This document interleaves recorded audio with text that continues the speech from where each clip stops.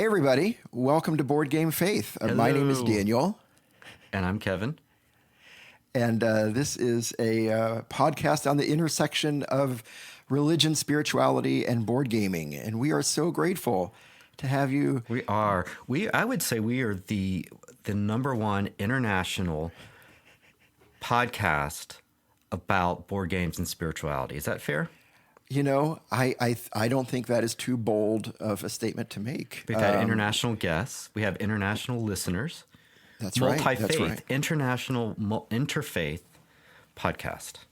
You know, not to toot our own horn too much, but I would say we are the leading voice in podcasts that are international on board games and faith. Mm-hmm. I think that's fair. And it's thanks to our listeners. We have these amazing listeners from Sweden and Saudi Arabia and Germany and the United Arab Emirates. Hello, United Arab Emirates. Belgium. Yeah, we're so grateful for each of you. Virginia. You make this possible. Virginia. So many listeners from Virginia. Can't figure it out. If you are in Virginia and you're listening, please give us a shout out. We would love to know more about you, but we have a lot of downloads in Virginia, and we couldn't be happier about that because Virginia's like an awesome state. But it is. We just want to know about you. So thank you so much. Thank you to all of you. Virginia is for board game lovers. It is. So, Kevin, I want to start off today by, I guess, pitching a potential response to a problem. Okay. And this is a problem I know that you identified so astutely last time, which is that we've kind of inadvertently developed this kind of tagline, this way of beginning our show, which is that at some point we clap and then some sort of robot-y voice comes on and says, "Board Game Faith activated." And then that was my nerdiest Board Game Faith bot there. That was awful. But the problem is, it's kind of come to be expected for that. But how do we do that every time? That's not like fresh. That's not boring. You know, how do we do that in a fresh way every time? And so I have this idea. So I wanted to see what you think about this. I first thought about like Saturday Night Live, right? Mm-hmm. Which is the show in the U.S. for those of us who aren't familiar with it, this comedy show. Every episode they begin with a skit, just this random skit in this random context, this random environment. And at some point in the skit, somebody looks at the camera and says, "Live from New York, it's Saturday night." And that's kind of the phrase that activates the show, right? Ooh, yes, that's right. Right. So I was thinking, what if we had something like that, like this kind of random thing at the beginning where then the clapping comes in and it activates the show. But the problem is, Saturday Night Live, it seems especially random. Like Live from New York at Saturday night doesn't seem especially connected to what's going on in the skit. So then I thought of the A-Team. Do you remember the A-Team? Do you have a job or do you just sit around thinking these things? Anyway, the A-Team. I think too much about this stuff. But yeah, do you remember the A-Team? Yes. Yeah. For those of us who may not know, A-Team was this great show, I guess back in the early 80s. It was a terrible show. It was a terrible, please. But it featured Mr. T, right? Mm-hmm. Mr. T, who, side note, has probably one of the speaking of taglines, one of the greatest personal taglines ever. "I pity the fool," right? But anyway, on this one episode in particular, Mr. T, who played B.A. Baracus, was hypnotized by their villains, by their nefarious enemies, hypnotized so that he would fall asleep whenever he heard the word eclipse. And I was surprised watching this episode how much the word eclipse just kind of naturally came up in conversation, and Mr. T would fall asleep instantly. Seems like a game. It sounds like a game, doesn't it? So here it is. Yeah, so here's my thought. Okay. We have a sort of skit at the beginning of each episode. We may decide not to do this, where there is this kind of random game and in a random environment. We could even use like a generator, a random game generator, which I think BGG has, and which is Board Game Geek, an online resource for board games, and a random kind of setting generator. We mush them together. You and I kind of play out in this skit. and we try to figure out a way to naturally include a clap in the skit. And then once this clap happens, then the robot-y Board Game Faith activated comes in. The theme music rolls, and we're good to go. Okay. What do you think about that? I like it. So the rules for the game, it has to be natural. I can't just say clap. Right, exactly. It has to kind of work itself naturally in. That's one of the rules. Okay. Yep. All right. I like it. Okay. Does that sound okay with you? It does. It does. Okay. All right. So in the future, we might generate this kind of randomly, but maybe can simulate random generating. I'd like to. I'd like to suggest this. Generate. So that's okay. What the heck does that mean? I don't know. So this is going to be a simulated random game generator. Are you ready? Okay. Here we go. Hitting the button. Beep, Okay. beep, beep, beep, boop, boop, boop, boop, boop, boop, boop, boop, boop, boop. That's the sound of the random generator. Boop, boop, boop. But it's not random because you've planned this out. Exactly. Okay, yeah. Carcassonne. So Carcassonne has been chosen as our random game for the day. Is that okay? Okay. This is a Okay, and board then the game, setting. Beep, popular beep, board beep, game. beep, beep, beep, beep, beep, beep, beep, beep, beep, boop, boop, boop, boop. I really do need a job. Boop, boop, boop, boop, boop. Pirates. Okay. So we're pirates playing Carcassonne. Can we do that? Yeah. And it has to lead up to a clap. Carcassonne. Okay. All right, you ready? You ready? Okay. Yes. Okay, here we go. Are the seas be salty today? Ahoy! They be most salty, and I fear I be getting a little sick here on the ship. Me good pirate matey Kevin. And if only there be something we could do to take our mind off of it. Aye. And I thought we'd be swabbing the decks all day and night like the shanties. But there nay be a mop on this here freighter. Nay, in fact, all we be packing on this ship be board games. In retrospect, it seemed like it not to be a good idea to only include board games and not have any brooms or food. But here we be on a ship only with board games. I be gnawing on the copy of Catan last night. Arr. Nay, you best not be eating Catan. It'd be a classic, you know. We be kicked out of the board game pirate community. Arr. But you know what another classic is that I hope you be not eating be Carcassonne. Ah, Carcassonne. Perhaps Carcassonne might get our wee minds off of the uneasiness in our bellies. I used to play that game as a wee lad with me uncle, one-eyed Petey. We used to play that game. He had 3 peg legs. It was very strange, man. But he could run mighty fast on the 3 peg legs. He could run 3 legs. They gave him an extra ability. So shall we play some Carcassonne? Would you like to play some Carcassonne? Okay, so we're going to get out the box here. And oh dear, I've dropped the box. Oh no, you've dropped the box on the floor here, and they're going all over the deck, and it's making a sound that takes me back. Reminds me of a sound I used to hear as a child. What? Tell me. It's a striking sound. What be this sound? A drum? The sound of the Grim Reaper. Perhaps, nay, or perhaps some other sort of sound. It's percussive and it's sort of loud and then gets quiet quickly.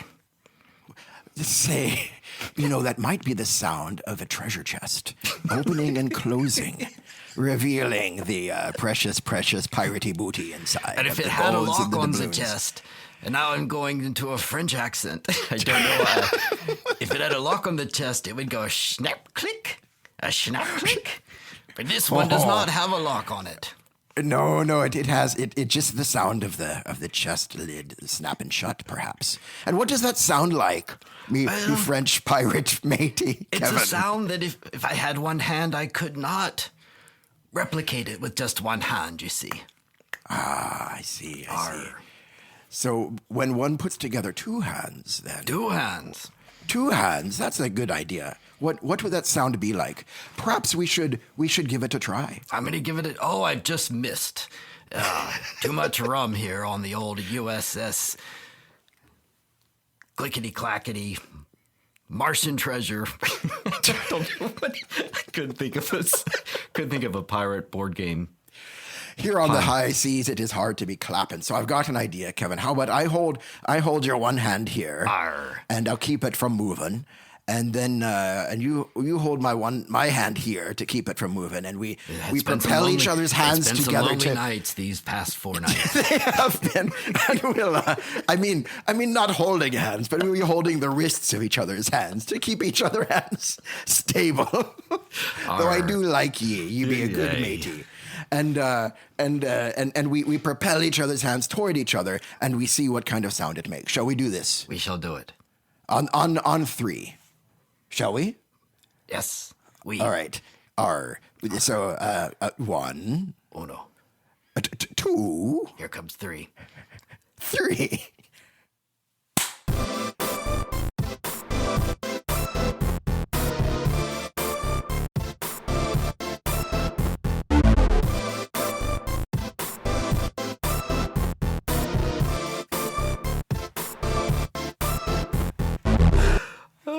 We didn't actually play the game, did we?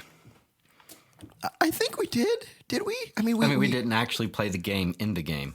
Oh, no, we didn't play Carcassonne in the game. I was worried about it running too long, so I just focused on the lids. It's fine. It was good. It was good. I think you would have won anyway. I doubt it. No, your tile placement abilities are legend.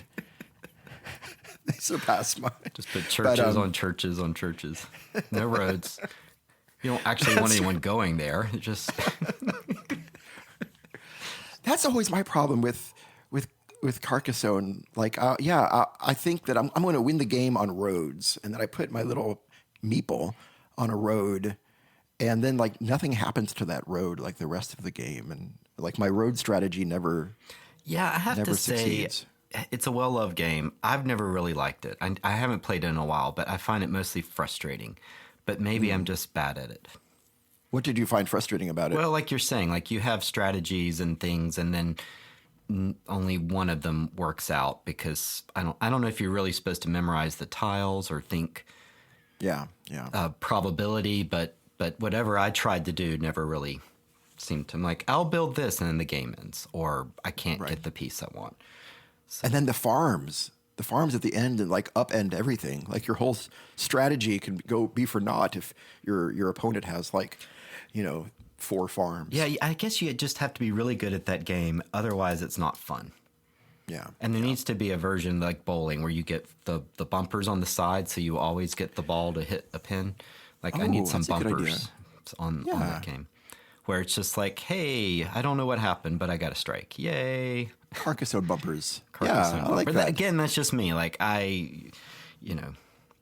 are people that love it and have lots of expansions. So I've thought about this. Everyone's board game journey is just slightly different. And so whatever you've played first or whatever is, part of it's just the chronology of it.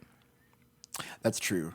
Right. Probably when Carcassonne came out, it was a huge, it was a revelatory. But at this point, if you're playing other games, it's probably not quite as, doesn't have the other games have replicated it or borrowed from it or built upon it. So some of it's just the history of what is of interest or what you've played or what tickled your fancy. Yeah. Yeah, that's true. Those early games kind of give you the lens to see all the other games that come after it in a way that's that's true. Well, and I get beaten in games by my 11-year-old fair and square, so I think part of it's I'm just not very good at games. I'm very distractible, so. But I'm I could do this, and then that doesn't win the game. I'm like, I built a church. Well, it brings up a good question, though. Like, I mean, what's the point of a game? We've talked a little bit about this before, and I think maybe an upcoming episode as well. But is it ultimately to win? You have to try to win, of course, for the game to work. Or is it just a space for exploration as well and fun along the way on this road that ostensibly leads to trying to win? But yeah, I love that you play with your kids too, though. I think that's fantastic. Well, it varies, and they're sort of a captive audience. Yeah, but it's tricky because if you strong arm kind of someone like, okay, we've got to do a family game, and somebody doesn't want to play, if they really don't want to play, they can totally ruin the experience, which is one thing that comes up in Bernard Suits's book, which is you kind of have to have buy-in from all players. Right. Like they have to engage in the fact of wanting to do better than others, or Suits doesn't mention this, but at least want to play and have a good time and try. Right. But if you really don't want to be there, or you're mad that somebody picked the game you didn't want to play, etc., then it's going to be a rough experience. Right. I think excellent transition, by the way. You're right. So you are referring, I think, especially to chapter 3 of this book that we've been looking at here on the podcast, about gaming and in some ways kind of the meaning of life, called The Grasshopper by Bernard Suits. And you're right. We're especially looking at chapter 3 this week about what defines a game. And you're right. I think that's one of the points that he makes, and I think I've heard from others that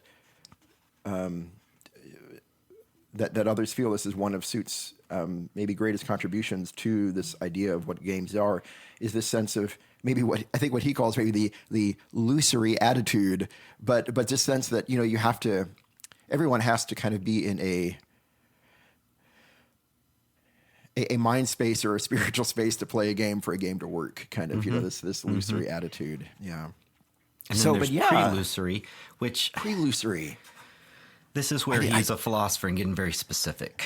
Yeah. The best I can unpack there is it's the ideas outside of the game. It's your goals outside of the game. So before I enter the magic circle, I am going to play and attempt to win. Right. So that goal is not really inherent in the game. It's inherent in your attitude as you step into the magic circle to play the game. Right, independent of the rules of the magic circle. I think that's right. Yeah, that's the pre-illusory attitude, which sounds quite impressive. Right.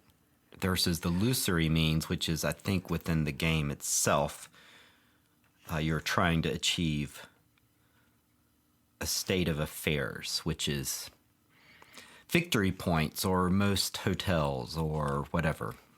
Right. Lots of nice farms. Yeah. Right. So what happens in this chapter and by the way, it's a hard chapter. Let's just say that, because it is.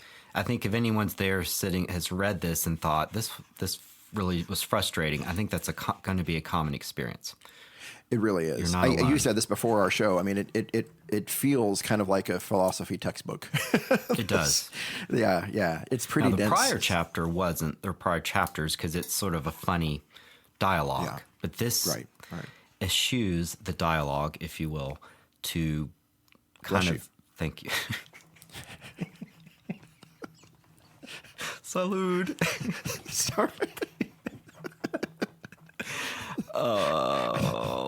But yes, it eschews the dialogue. Eschews the dialogue. Yeah. To get into. No, I love that. I had a personal goal, life goal for this year of using the word eschew. I love it, and I need to give myself 2 points. Hang on, you should. I admire that. Year? You know, we really should rethink. People are supposed to have life goals and 5-year goals. We should give them points, and so you can win. Like, why do we talk about goals and outside of points? You know, a book that deals with that, actually, that maybe we can discuss sometime in the future. Plus, I was going to write that book. Sorry.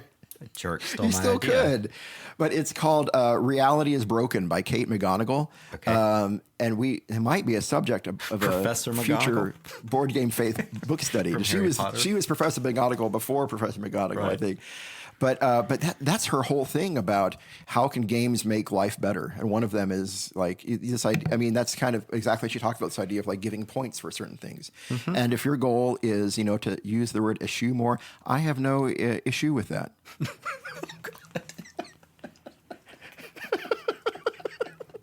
That was actually brilliant. So you're very kind. You're too kind. I have no issue with eschew. Bless you. Bless you. I feel bad about this episode. It's never going to be better than that. No, it's good. It's fine. So anyway, but yes, so kudos to you. You get 2 victory points on for using the word issue. But it goes into a long sort of paragraphs, difficult prose, difficult distinctions that we were saying before we started recording. He's setting the stage, and he's obviously thought about this a long time. So the hard bit as a reader is you're not clear. He's avoiding all sorts of landmines and problems and issues and cul-de-sacs or whatever in terms of definitions. Right. And we're not clear why these issues matter, but he will tell us. Right.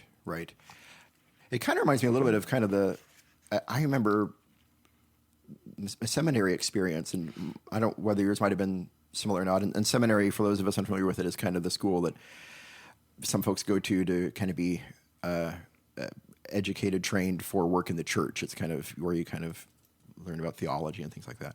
I remember I was surprised how much of the classes in seminary were about teaching us what landmines to avoid, like not necessarily what to say, but what not to say. You know, what not. It just kind of and I feel the same way in here too. Like he's kind of being very careful about laying out a path forward to avoid certain landmines, but you don't know quite what those landmines are yet. He's trying to work out a definition of a game. And I guess, that's the one question that occurs to me is, why is that even important? You know, why would he even care about defining a game? Have you read this whole book? Yes. Okay. I have not, but I'm going to guess that if we're going to link these chapters together, it's going to come back to the issue that the grasshopper is willing to see all of life as a game, right? And so we have to know what a game is to understand how we might think that all of life is really about playing a game versus being the ant. Is it the ant? The ant, yeah, yes. The ant. So in order to be the grasshopper, not the ant, we have to know what the grasshopper is saying. Now, is that fair? I'm just guessing. I like that. Yeah. I'm just thinking. In other words, yeah. So defining a game is important because it helps us to, it actually, it shapes our worldview. It shapes how we view not just games, but depending on how we define games, it can shape how we view reality, everything else. Yes. And I think that's what chapter 1, I'm guessing, is about, what Suits really hates is that we play games to escape the drudgery of work.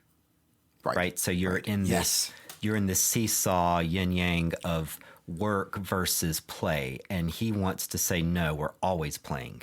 All of life is play. And if we ever give in to thinking that life is partly about work, then we're not going to be the grasshopper, which is presumably the best way to live. Yeah. I love that. And I think you're exactly right. I think he bristles at this idea that games are like a distraction from the really important stuff of life. I think he's trying to get us to a place where he says, this is the important stuff of life. Right. Yeah. And of course, then that raises questions which he'll, I think, get to and near the end, and we'll talk about probably in the next episode about it. Where people rightly raise the question about, what about, there are really horrible things in the world, suffering and hunger and war and violence and injustice. And, what about all of that? And how can we say life's a game in the face of all of that?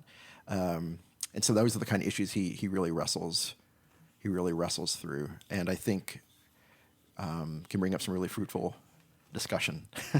Right. Yeah, well, and part of this definition, and I'm kind of jumping around here as per usual, but part of the issue is what I found really wild is he says part of games, and he includes sports in this, is you have to be inefficient. So he gives the example of running around a track, like we're having a track meet. If your goal is to cross the finish line first, the most efficient way would be to simply run across the infield, like to just bisect the oval and run to the end. But the sports or the game says, no, you can't do that. You have to run around this circle to get there, which is extremely inefficient. But the weird bit is once you're within the game or the sport, you do want to be efficient. like you won't win the Yes. race if you aren't efficiently using your muscles and efficiently using your oxygen. And you're not going to win Carcassonne if you're not efficiently using your pieces. If the pieces just going around the you're swab just deck, eating you can't. exactly. Keep going. Sorry. I'm real finicky about keeping my games clean. I always swab them after I play, which means I like that about you. Yeah, but that means I've never played a game twice because they're all melting. They come out of the dryer horrible. Put them in the dishwasher. Exactly. But they're clean. They're clean. They're clean pulp. Am I the green player? I think that's green. I'm not sure if that's the green board or could be the yellow board. We're not sure. Just take this board and play this. Yeah, so this, if we think of life as a series of games or a game, efficiency is rewarded, just in strange ways. Right. So, so I guess where I went, and this is me just totally riffing, maybe part of the issue of addressing world hunger would be figuring out how to efficiently play the game of solving world hunger. And by game, we don't mean it's not vitally important. And there's some, right, but within it, you do have restrictions of how do we get food, how do we deal, et cetera, right? How do we solve this? And you've got to be efficient within solving the problem. So the problem itself almost becomes a kind of game, which again, for him, doesn't mean it's silly or unimportant. Right. It means you accept certain limitations. I don't know. Yeah. And I think that's kind of the sort of idea that McGonagall talks about in her book, Reality is Broken, which I know we're not discussing today, but she talks about the same thing, that there are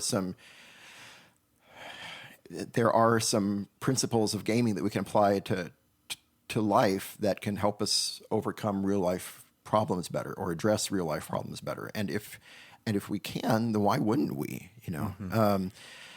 So I realize we've been talking about Bernard Street's definition of what a game is in this book in chapter 3. We haven't necessarily said it. Would you mind if could I read that little definition? Is that okay? Yeah, you're going to do the last page? Yeah. Because this is cool. The very last page, page 43, he summarizes. Yes. Yeah, unless and it's interesting because, you're right. Like he spends the whole chapter trying to come up with a definition. And then I feel like he comes up with a definition, but it's still long. And then he comes up with a summary definition of that. And then he says, but if you're going to get really short, this is the definition in a thumbnail. Philosophers are jerks. Let's just face it. And he says on page 43, I think this has kind of become a classic definition. In fact, like McGonagall quotes it in her book, and I've seen it quoted other places too.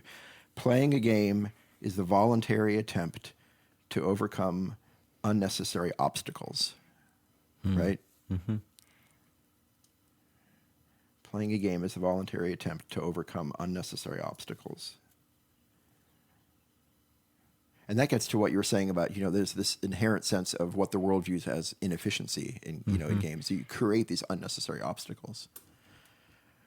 Yes. But in a weird way, then within the game, you've got to find the most efficient means to work within those obstacles.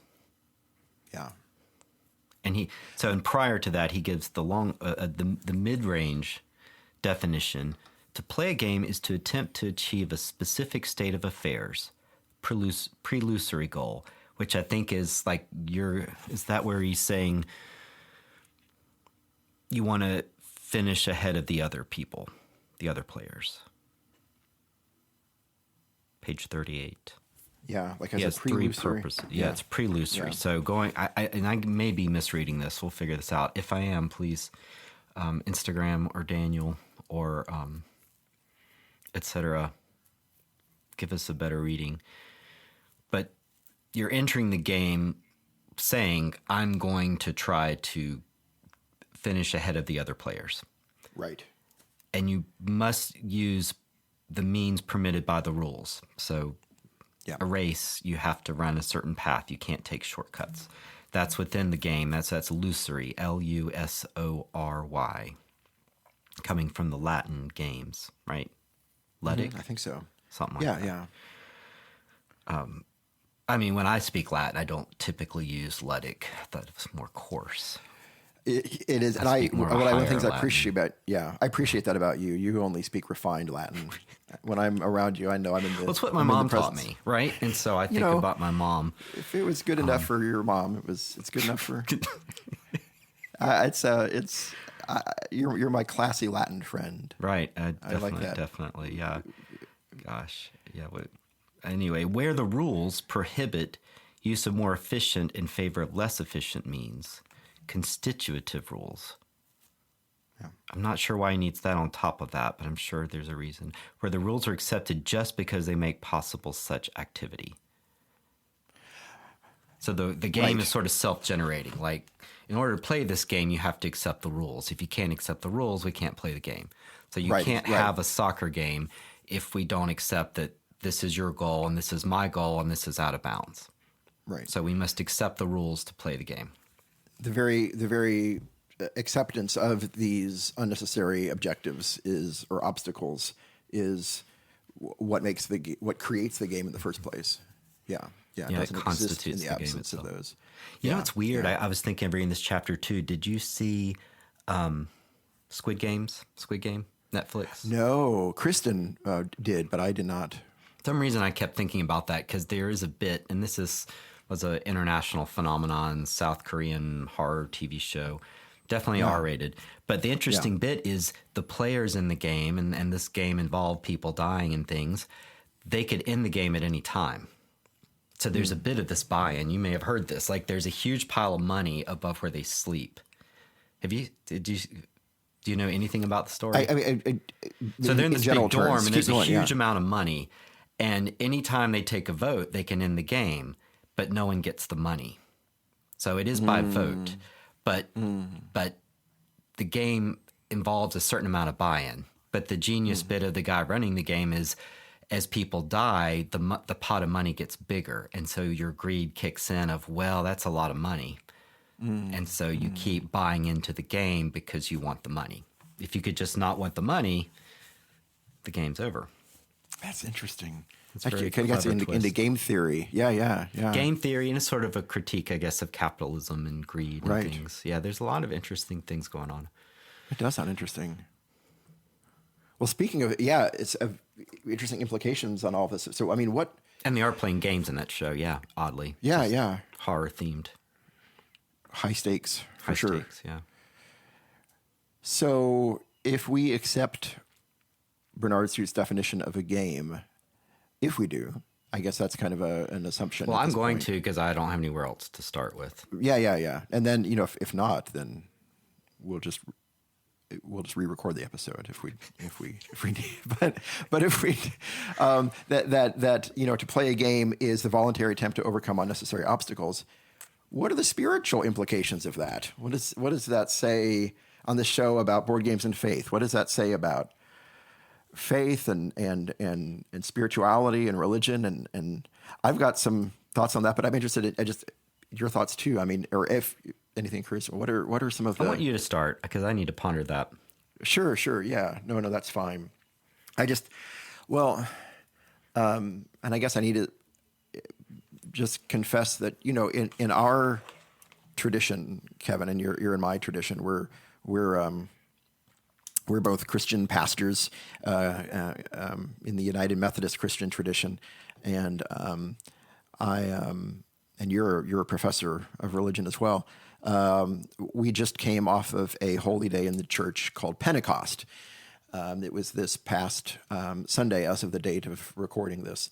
And for those of us who are not familiar with the Christian observance of Pentecost, it's often called the birthday of the church. It commemorates an event described in Acts chapter 2 in the Bible, where God gives the Holy Spirit to the early church, the early disciples, and that's kind of seen as what constitutes the church, the birth of the church. I should point out that Pentecost was a Jewish holiday before it was a Christian holiday, and so that's an important part of that story as well. Anyway, but so I was thinking about this podcast and the theme for this podcast, what makes a game, while at the same time thinking of my sermon for Pentecost, and I kind of made this connection that in my mind at least, and I don't know if it makes sense or not, but I got to thinking, so if it's true that we human beings are made in, or are made somehow, wired together somehow to delight in the voluntary attempt to overcome unnecessary obstacles, right? If we enjoy that, and I think all of us would agree, we enjoy that. That's what makes a game a game. That's what makes art, and music, and things that we're not forced to do, but we voluntarily do them because we find inherent delight in them. The voluntary attempt to overcome unnecessary obstacles. If we are inherently made that way, and if it's true that, as kind of a basic Christian doctrine, at least, that that we're made in the image of God, then for me it kind of raises the question: well, is God like that too? So is God? Does God also somehow inherent delight in the? I wouldn't necessarily say for God the voluntary attempt to overcome unnecessary obstacles, but maybe the embrace of unnecessary differences, unnecessary complexities. And for me, that's kind of what we see at Pentecost. Part of the story of Pentecost is that when the Spirit came upon the early church, all these followers of Jesus started speaking in different languages, talking about God. And everyone came from around Jerusalem to hear them talking about God in their different languages. But as I understand it from New Testament scholars, folks like Joel Green out in California, he says, honestly, most everybody there probably spoke Greek. Anyway, that was kind of the common language. And so it wasn't necessary for the disciples to talk in all these different languages. They could have just spoken Greek and everybody would have understood it. And so why would God do this? Well, maybe it's the same thing. Maybe God delights in in our minds, unnecessary complexities or differences. In which case then, that would seem to imply that for God, efficiency is not the goal. Efficiency is not this high virtue that we human beings like to think it is. That that maybe God delights more in not in what's efficient, but in what creates this beautiful complexity in the world. That's what God delights in, And I mean, if that's the case, then that just speaks a lot, I think, for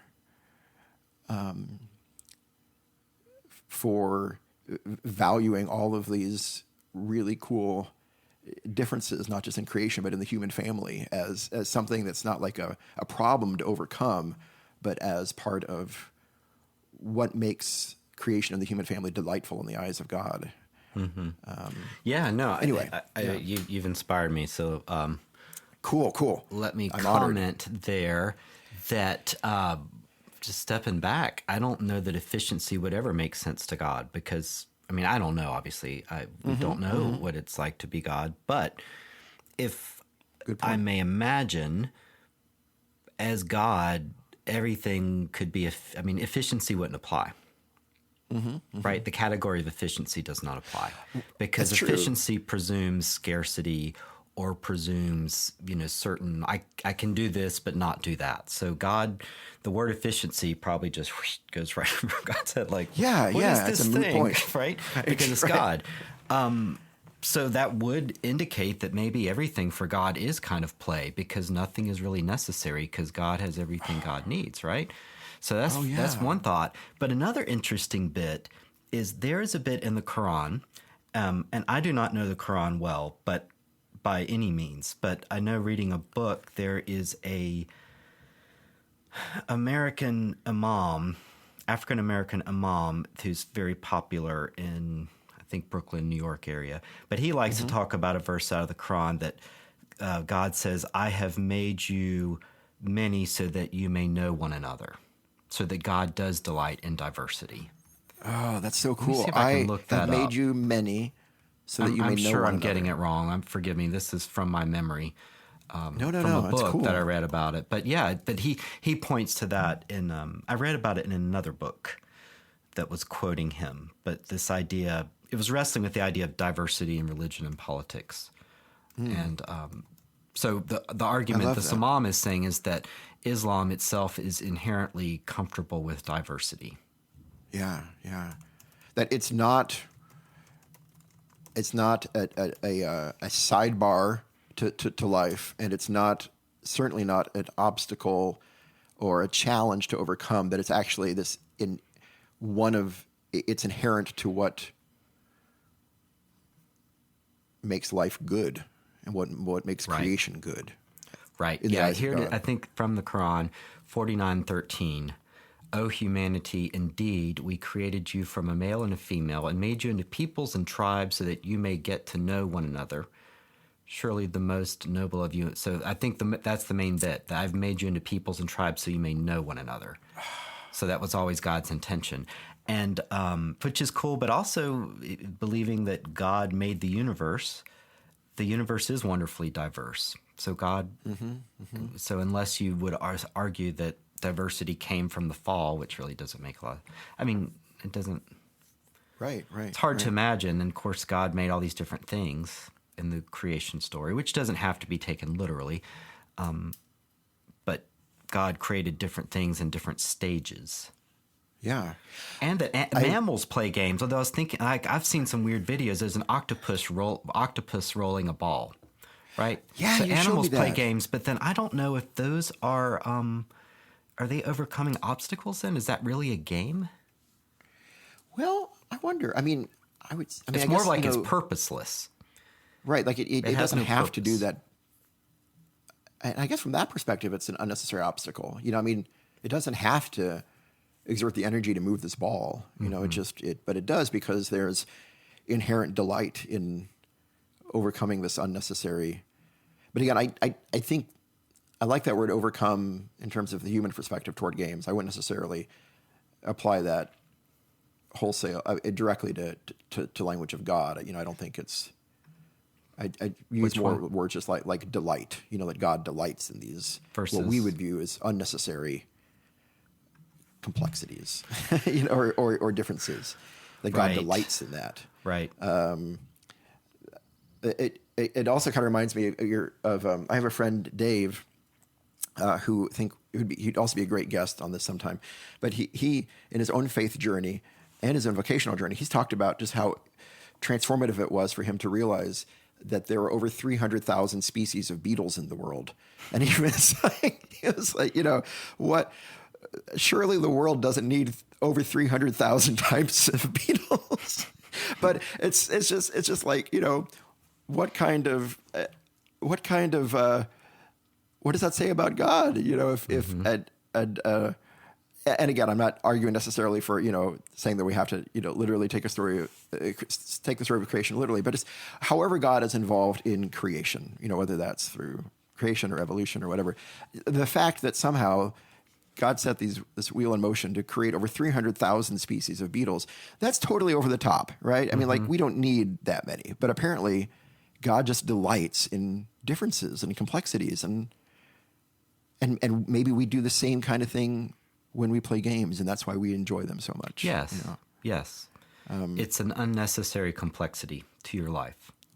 Yeah. Right? Like playing a game, like you could be sleeping or talking to someone or, planting potatoes or something. So, but you do something. So I guess that's the normal way I would think of a game is something that's unnecessary.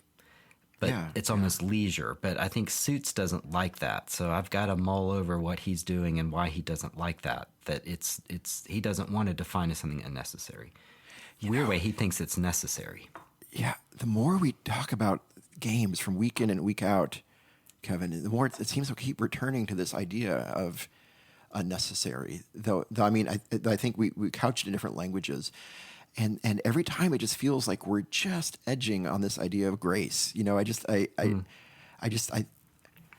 seems like every episode we're kind of talking about grace in a slightly different form. But I think games and grace, there's a huge overlap in that. It's that games at their best are kind of like the practice of grace, this totally unnecessary, delightful activity in creation. Mm-hmm. Mm-hmm. Yeah. I can definitely see that.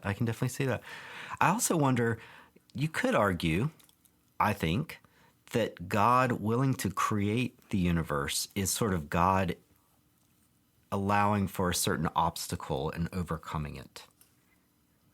Because God is allowing something to exist outside of God. So creation has its own thing, right? And so in a weird way, God has accepted this obstacle, which is to create and also then to save and deal with. So in a weird God way, all of created creation, right? Because God chose to, God didn't have to. So God created an unnecessary obstacle in the universe. And that's called people. Yeah, And yeah. people are strange when you're a And stranger. why? Because apparently God delights in that, or loves that, or that's what grace and love and delight is all about. Right. And I think a very traditional Christian thought, not all Christians believe it, but a traditional approach is that God knew that there would be sin in creation because God knows the future. So knowing that there would be obstacles, God still chose to do it. Right. And even beyond sin, I mean, just or even in addition to sin, suffering, heartache, grief, death, decay, all of that tough stuff. It's like God says it's worth it. Right? It's worth this word obstacle. These obstacles are worth it. I wonder if you could read the book of Judges, which is in the Old Testament for Christians, which is a series of events around God sending judges who are kind of like warrior king prophets. They're really awesome. I think I'm probably descended from at least two of them. I'm going to call you Judge Kevin. Judge Kevin. And they're like mage knights or something. They just wander around like just being awesome. And Samson is in there, right? He's one of the more famous. Or is he technically a judge? Yeah. I was trying to remember. No, he's a judge. He's a judge. Okay. Oh, he's in Judges for sure. Yeah. He's in Judges. Yeah, you're right. This is where we're definitely Methodist. We sort of know things, but we're not sure. It's just the We vibe need a of Baptist it, man. on here. It's just the vibe of it. It's just the vibe. Just go for it. Anywho, just the vibe. So Judges is like God trying to deal with the Israelites who keep going through a pattern, very human pattern of coming to God, then falling away, coming to God, falling away. So you could almost see that as a weird type of game, right? Yeah. That God is sending prophet, judges, messengers, and right, and This perpetual overcoming of obstacles. that would be an obstacle. Yeah. I like that. It's like, hey, don't do this stuff. I think we're going to do those things. No. Remember when I said don't do it? Don't do it. I'm going to do it. Yeah. Remember the rules? Remember the rules? Yeah. There were 8 of them, right? No, there's 10. There's 10 with a lot of footnotes. But, let's just stick with it. No, that makes sense. Yeah, actually, what are the 10 commandments? I mean, again, it's not a game as in something silly or unimportant, but the 10 commandments almost obstacles. Like you're accepting these not obstacles. They're constitutive rules to the game. Are they entrance into a magic circle? The entrance into a magic circle, that if you're going to play the game of being Jewish, Christian, moral, however you want to frame it, these are the rules to go by. Yeah. And then you get points. And all gamers lose because they all covet. So we're in trouble, which is the 10th commandment. I haven't killed anybody, but I would like a Tesla.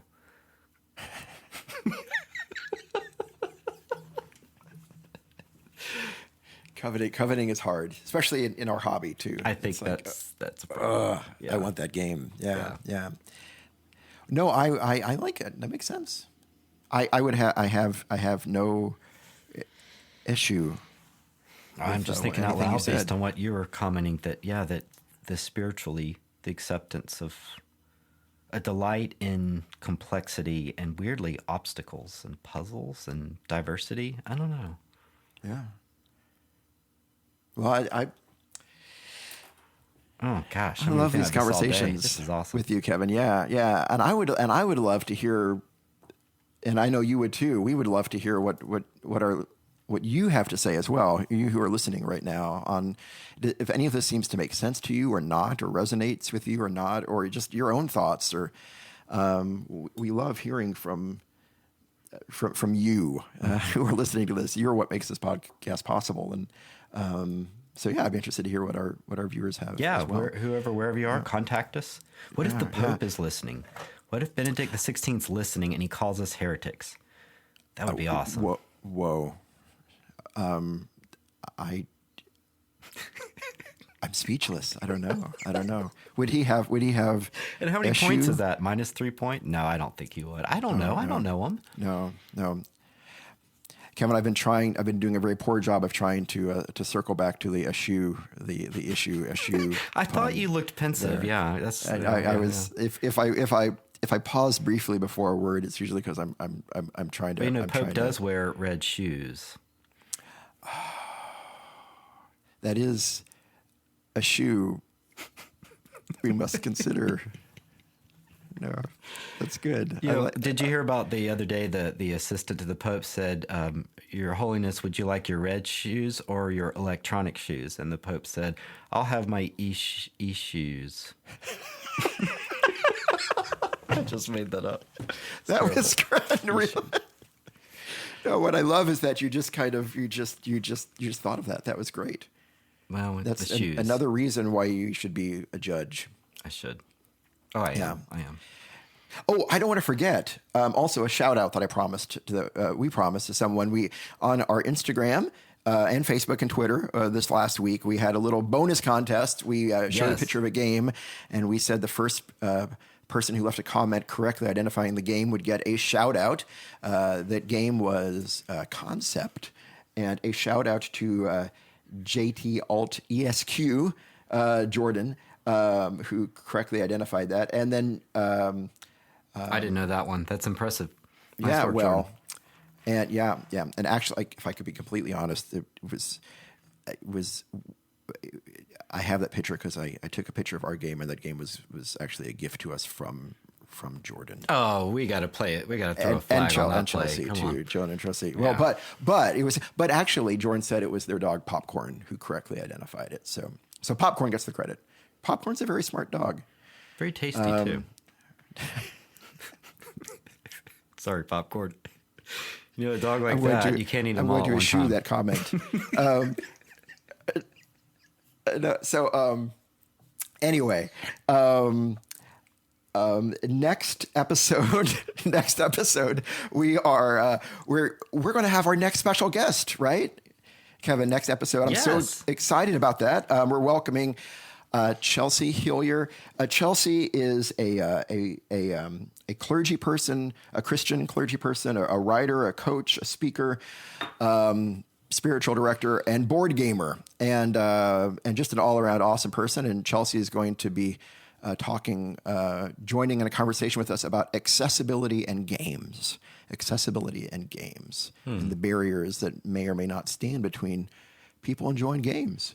So I'm excited about that. That's terrific. I'm looking forward to it. Yeah. Right. So we would love to hear any comments about the topics and material, and you can reach us via IG, Instagram, which is boardgamefaith, and you can reach us through email, which is boardgamefaith. No, it's info at boardgamefaith.com. I thought it was info, and then I had a moment of uncertainty. Info at boardgamefaith.com. Yeah. Or boardgamefaith@gmail.com. Right. Facebook. And Twitter. AOL and we have Messenger. Carrier pigeon. We do. We have a new addition to the ways you can reach us, Linktree. So Linktree /boardgamefaith. That's LINKR. linktr.ee. We'll put it in the show notes. /boardgamefaith. Yeah, and you can also find it at all of our social media. But if you go there, you'll find all the links to everything. Our podcasts, our T-shirts, how you can Patreon support us, how you can email us. All of that is there at Linktree. Good times. We would love to hear from you in any of those ways. We appreciate you all so much. It means the world that you're part of this conversation and community, and it's good to be a part of a group of folks who think board games are good for the soul. So thank you so much. And Kevin, you're awesome, not just because of your shoes and not just because you're a judge, but I just like hanging out with you. So thanks for your Hey, your you're the good thoughts. pirate skit guy. That was terrific. I love it. I love it. Thank you. All right. All right, well, everybody. see you next time. Clap on technology. Disengage. We're not sounds- going to clap out, are we? I don't think Should so. we? No, Probably that'd overdoing be, it. But Yeah, disengage okay. sounds kind of sad. Deactivated. What do you call it when you put something in sort of stasis? we pause. Deactivated. Board game of faith. Pause. Suspend. Maybe. Suspended. Suspend. I like suspend. Till next time. Board game faith. Suspended. Like there's this poor little AI robot that just has to. We just feel bad for them. They just sort of sit there waiting. Do you ever think your VCR is lonely? just waiting. I don't know. I'll have to- VCR, TVD. To go up into the attic and ask it sometimes. Thank God.